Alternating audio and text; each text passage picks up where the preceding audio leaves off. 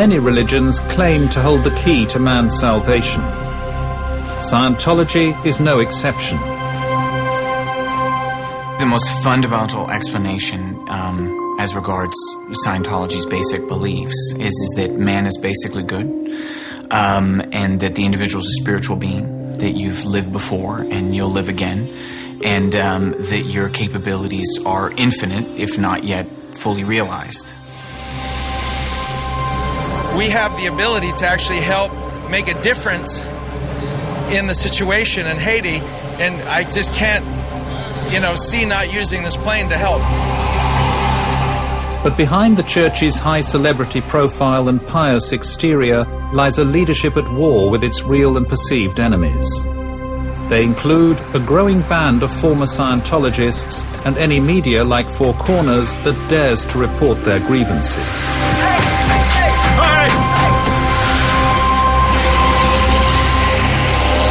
That was a private investigator who's been following us all night long. In recent months, a storm has erupted around Scientology. In Australia and overseas, the church stands accused of breaking the law and destroying families. Its critics are growing in strength and numbers, openly challenging the church over how it treats its adherents and punishes them. It's a slave camp, there's no question about it, because people are definitely abused. People were thrown overboard, hands bound and feet bound and blindfolded. Women of 55 years old. I was angry. Don't get me wrong, if I could have gone up there and king hit the very individual that signed my daughter to scrubbing out a dumpster, I'd have been there. Tonight on Four Corners, former members of the church who say they've suffered enough shine a light on the dark side of Scientology.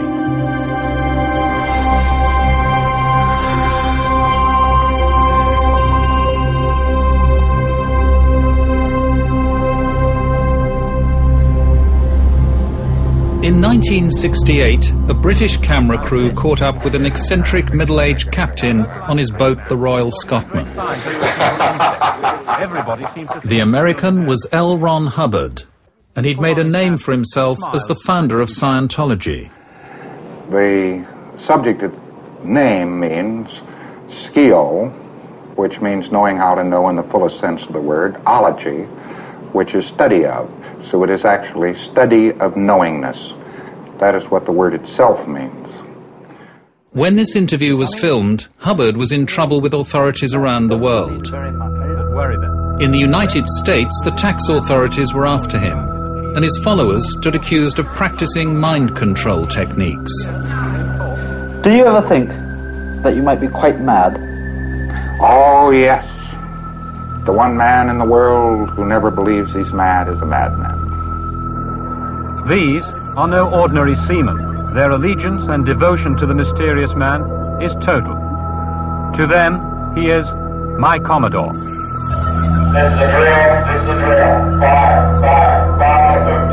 Hubbard was on the run, moving from port to port, and had surrounded himself with a core of young and loyal Scientologists. He called them the Sea Organization, or Sea Org. I was one of about 10 or 15 people who was invited, being the highest trained. Hannah Eltringham Whitfield was an early member of Sea Org, and Hubbard rewarded her loyalty by appointing her captain of 2 ships. She remembers him as a complex, contradictory figure. He appeared a quite distinguished, normal-looking, middle-aged person. Did you and your fellow adherents in the church see him as some kind of saviour? Very definitely, yes. But there was a dark side to L. Ron Hubbard. Behind the jovial smile lay a taste for extreme forms of discipline. How were people treated on those ships if they misbehaved or if they transgressed? Abominably. I mean, looking back, I deeply regret even my fringe participation in some of the things that went on, and I'm ashamed of some of them. People were thrown overboard, hands bound and feet bound and blindfolded, women of 55 years old, for running a process incorrectly, a counseling technique incorrectly in an auditing session, you know. These people would be rescued, but Hubbard exercised absolute authority over his crews, and those who crossed him risked being consigned to a punishment group he called the RPF, the Rehabilitation Project Force. They were dressed in rags, they were filthy, they weren't even allowed to bathe except maybe once a week, and their food would be served to them in slop buckets, and they would eat out of those slop buckets on the deck with their hands. And, you know, looking back at something like that, there's no way anyone can justify not saying something, not doing something, yet not one of us spoke out, not one of us did anything. Hubbard's culture of unwavering obedience and extreme discipline survived his own passing in 1986 and continues to the present day, under the leadership of his successor, David Miscavige.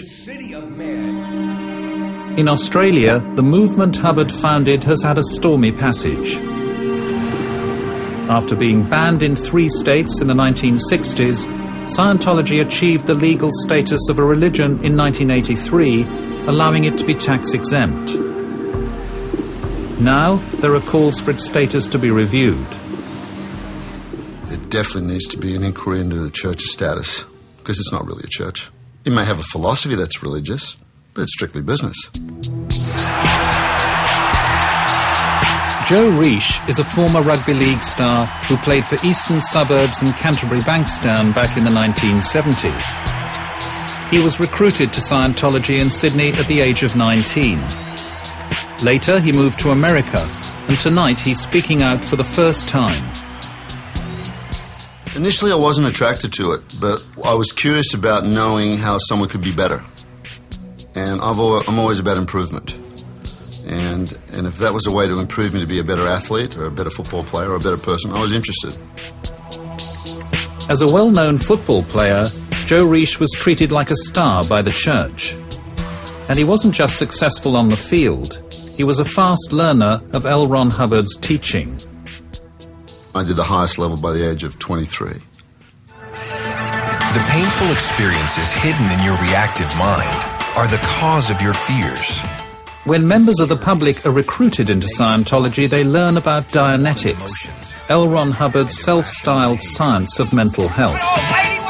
What would life be like if all of the pain you've experienced no longer affected your abilities, emotions, and behavior?